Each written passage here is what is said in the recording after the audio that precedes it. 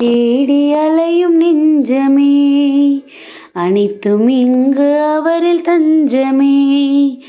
அமைதி தேடி அலையும் நெஞ்சமே, அனைத்தும் இங்கு அவரில் தஞ்சமே.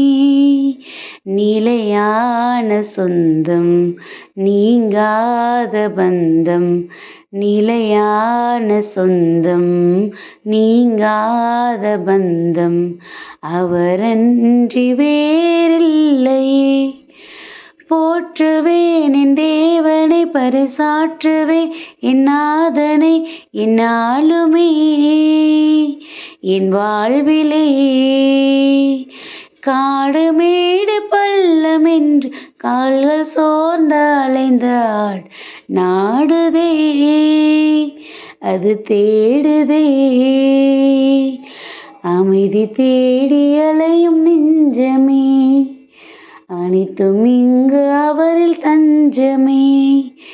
நிலையான சொந்தம், நீங்காத பந்தம். நிலையான சொந்தம், நீங்காத பந்தம். அவரன்றி வேறில்லையே, அவரன்றி வேறில்லையே. ஹாய் குட்டீஸ், எல்லாரும் எப்படி இருக்கிறீங்க? நல்லா இருக்கீங்களா? ஹாப்பியாக இருக்கீங்களா குட்டீஸ்? இன்றைக்கி ஒரு வரியை நம்ம திரும்ப திரும்ப பாடிட்டே இருக்கணும். எனக்கு அவரன்று இந்த உலகத்தில் வேறு எதுவுமே கிடையாது, அவர் என் லைஃப்பில் இருந்தாலே எனக்கு ரொம்ப ஃபுல்ஃபில்லாக இருக்கும்னு நம்ம ஒரு வரியை ரிப்பீட் பண்ணி பாடிட்டுருக்குறோம். ஆனால் அது வெறும் பாடலாக மட்டும் இருந்துட்டா நம்மளுடைய லைஃப்பில் நிறைவான சந்தோஷத்துக்கு வழியே இல்லை குட்டீஸ். எப்போ அதை நம்ம வாழ்க்கையில் உண்மையிலேயே நம்ம உணர்கிறோமோ, எப்போ அதை நம்ம உண்மையிலேயே அதை நம்ம வாழ்வாக்கிக்கிடணும்னு நம்ம நினைக்கிறோமோ, கண்டிப்பாக அப்போதான் நம்ம லைஃப்பில் நிறைவான சந்தோஷம் கிடைக்கும். உண்மையிலேயே அந்த பாடல் வரிகள் நம்மளிடத்துல பேசும் குட்டீஸ். இந்த உலகத்தில் எவ்வளவோ போராட்டங்கள், எவ்வளவோ பிரச்சனைகள் இருந்தாலும் கூட நம்மளுடைய இருதயம் தேடுகின்ற அமைதி, நம்மளுடைய இருதயம் தேடுகின்ற ஆறுதல் யார் தான் கொடுக்க முடியும்? நம்ம ஏசப்பாவால் தான் கொடுக்க முடியும்.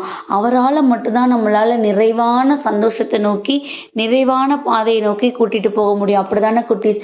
ஏசப்பாவுக்கு தெரியும், என் பிள்ளைக்கு இந்த நேரத்தில் இது நான் செய்து கொடுக்க போகிறேன், இது செய்து கொடுத்தா என் பிள்ளை எப்பயுமே சந்தோஷமாக இருக்கும் அப்படின்னு ஏசப்பாவுக்கு நல்லாவே தெரியும். அதனால தான் ஒவ்வொரு நொடி பொழுதும் நம்ம சோர்ந்து போகும்போதும் கூட ஏசப்பா என்ன சொல்கிறாங்க? நீ கவலைப்படாத, உனக்கான யுத்தம் இது கிடையாது. உன்னுடைய இடத்துல உனக்கு முன்பாக நான் போயிட்டுருக்கிறேன். நீ எந்த ஒரு சூழ்நிலையும் மனம் தளராமல் நீ தைரியமாக நடன்னு நம்மளை பார்த்து சொல்கிறாங்க. அதான் நம்ம தேடுகின்ற அமைதி அவரிடத்திலிருந்து மட்டும்தான் நமக்கு நிறைவாக கிடைக்கும் குட்டீஸ். மற்றபடி அந்த உலகப்புறமான நமக்கு சந்தோஷங்கள், அமைதி, ஆறுதல் கிடைச்சாலும் கூட அது நிரந்தரமானதாக இருக்காது. எப்போ நம்ம அவரிடத்துல மண்டியிட்டு அவரிடத்துல நம்முடைய தேவைகளெல்லாம் சொல்லி அவரிடத்துல நம்மளுடைய எல்லா குறைகளையும் எடுத்து சொல்லி அதுக்கான ஆறுதலும் ஆசீர்வாதமும் நம்ம பெறுறோமோ, கண்டிப்பாக அப்போது நமக்கு கிடைக்கிற அந்த நிறைவான சந்தோஷமும் அந்த நிறைவான ஆசீர்வாதமும் இந்த உலகத்தில் யார் நம்ம கூட இருந்தாலும் கூட நமக்கு அது கிடைக்காது குட்டீஸ். ஸோ அப்படிப்பட்ட ஏசப்பா நம்ம லைஃப்பில் இருக்கிறாங்க. உண்மையிலேயே அவர் நம்ம லைஃப்பில் இருக்கிறாங்க அப்படிங்கிறத நம்ம எப்போ குட்டீஸ் புரிஞ்சுக்க போகிறோம்? நம்ம எல்லா நேரங்கள்லையும் ஏசப்பான்னு சொல்கிறது உண்டு. ஆனால் எதுக்கு எல்லா நேரங்கள்லையும் ஏசப்பாவையும் சொல்லிட்டு நம்ம ஏன் சோர்ந்தும் போகிறோம்? அவர் நம்ம கூட இருக்கிறாரு அப்படின்னா அவர் நம்மளை பலப்படுத்துறதுக்குரிய தூணா நம்ம லைஃப்பில் இருக்காரு. அவர் நம்மளோடு இருக்கும்போது நம்ம எதுக்காக சோர்ந்து போகணும்? அவர் தான் நம்மளை பார்த்து சொல்கிறாருல, என்னுடைய கிருபை உனக்கு போதும்னு சொல்கிறாரு. நம்ம கிட்ட இப்போ இருக்கிறதே அவர் நம்மளை நிறைவாக்கி கொடுத்துருக்கிறாருங்கிறத நம்மளை உணர சொல்கிறாரு குட்டீஸ். நம்ம தான் என்ன செய்கிறோம்? நம்மக்கிட்ட இருக்கிறது போதாதுன்னு இன்னும் அதிகமாக நம்ம தேடி அலைஞ்சிட்டு இருக்கோம். அதனால சோர்ந்து போகிறோம். ஆனால் ஏசப்பா என்ன சொல்கிறாரு? ஆல்ரெடி நீ நிறைவாகும்படியான கிருபையை நான் உனக்கு கொடுத்துட்டேன், அது உனக்கு போதுமானது தான்.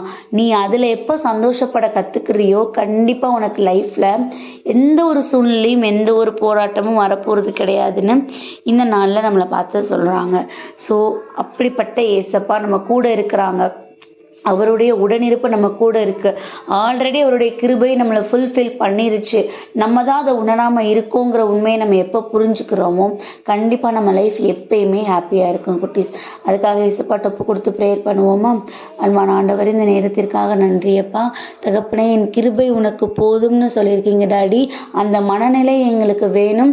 அப்படிப்பட்ட ஒரு மனநிலையை நாங்கள் பெறுறதுக்கு எங்களுக்கு எங்கிட்ட இருக்கிற தேவையில்லாத கலைகளை நீங்கள் எடுத்து போடுங்க. உங்களுடைய சித்தத்தின்படியே எங்களை வழி நடத்துங்க. ஆமேன்.